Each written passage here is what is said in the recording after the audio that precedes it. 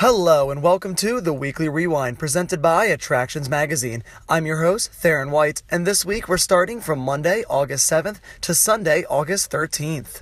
Now I have an idea which we'll be using this week and kind of using the analytics of Facebook, Instagram, and Twitter to really pinpoint on exactly what you guys want the most.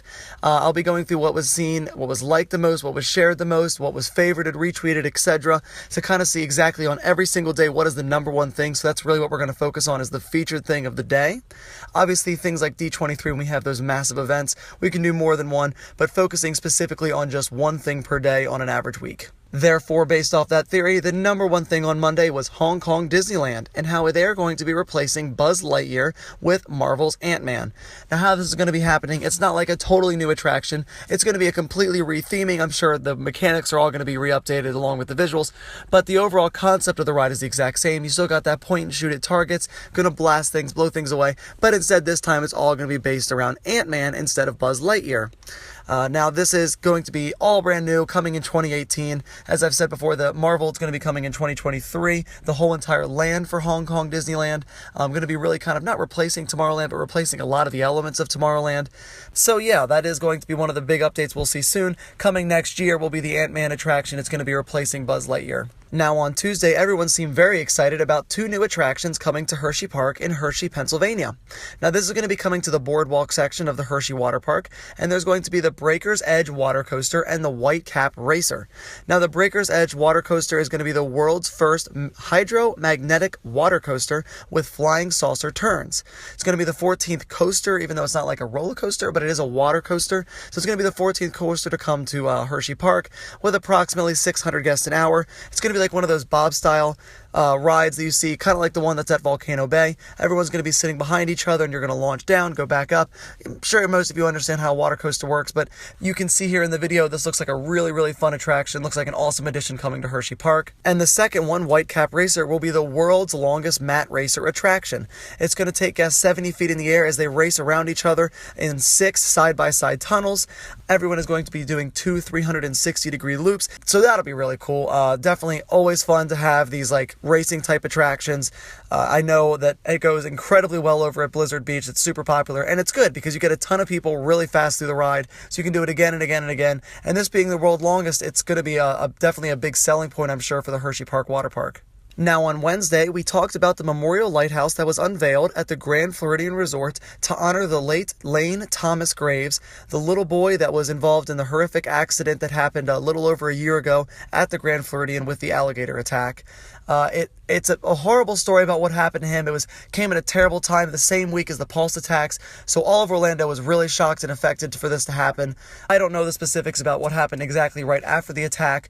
I do know that the family has since opened a memorial foundation for their son, and Disney has now opened this lighthouse and kind of placed it right in the Grand Floridian as kind of a symbol to the boy and for the foundation as well. It is going to be a foundation based around helping families that go through major tragedies like this, where something happens just out of the blue and you don't know what to do at that time.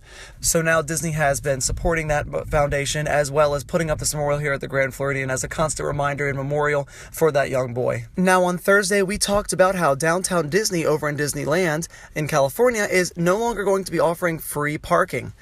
You will only be able to get free parking if you spend up to $20 in the Downtown Disney area. You can still get 4 hours of free parking if you go to a Disney restaurant or one of the AMC theaters while at Downtown Disney. If not, you are going to be charged $6 per half hour up to the maximum of $48. Now that sounds crazy to me, $48 for 1 day of parking. I don't go over to Disneyland very often. I know over here in Disney World, it's $20 to park at one of like the theme parks, and it's free at Disney Springs. So if you're going to Downtown Disney, you're definitely going to want to purchase $20 worth if you're going to go. I mean, if you're going to get something, make sure to bring your receipt back because you're going to want proof so that you don't get charged that, really high price. Or, if you're going to the movie, get a quick meal, you get those 4 hours for free.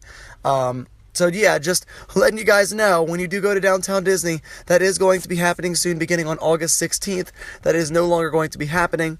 Again, you get the 4 hours for movie or restaurant, but other than that, you do need to spend the $20 to be able to get free parking for up to 2 hours. If not, you could pay all the way up to $48 just to visit for the day. On Friday, we talked about how the One Man's Dream Theater at Disney's Hollywood Studios is going to be getting a slight update and name change to accommodate more land models for Star Wars and Toy Story Land.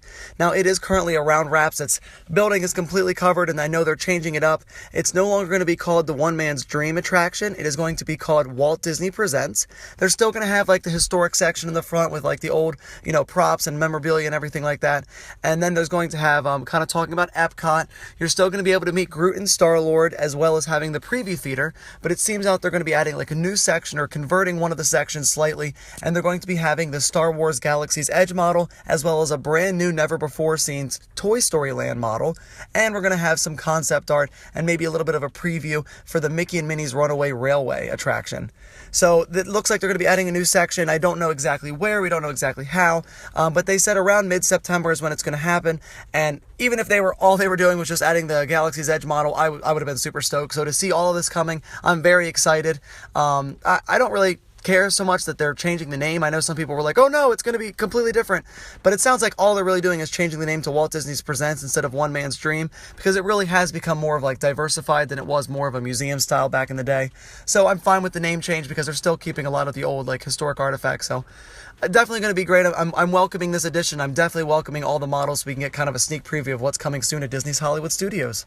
Then on Saturday, updated Mission Space, actually soft opened on Friday. We talked about it as well on Friday, but you guys seem more excited about it, at least on Saturday. That's when it got more likes and retweets. That's why I'll talk about it on Saturday. It reopened. I actually went on Friday to go check it out. It's great. It's so good. I already really loved Mission Space, so I knew I was going to love the update as it was. The more orange, like Mars mission, the more intense one, hasn't really changed at all except for the pre-show. I mean, the visuals are much, much better, but the storyline is the exact same. The visuals do look way better. It's done by Industrial Light and Magic, so if they're the same people that do Star Wars, like all the movies for Star Wars. I know they did Jurassic World as well, as they're going to be doing the VR that's coming to Star Wars, the Secrets of the Empire VR attraction at Disney Springs. So all of their visual effects are incredible, and you can definitely see that in this ride. So the Mars one looks very nice.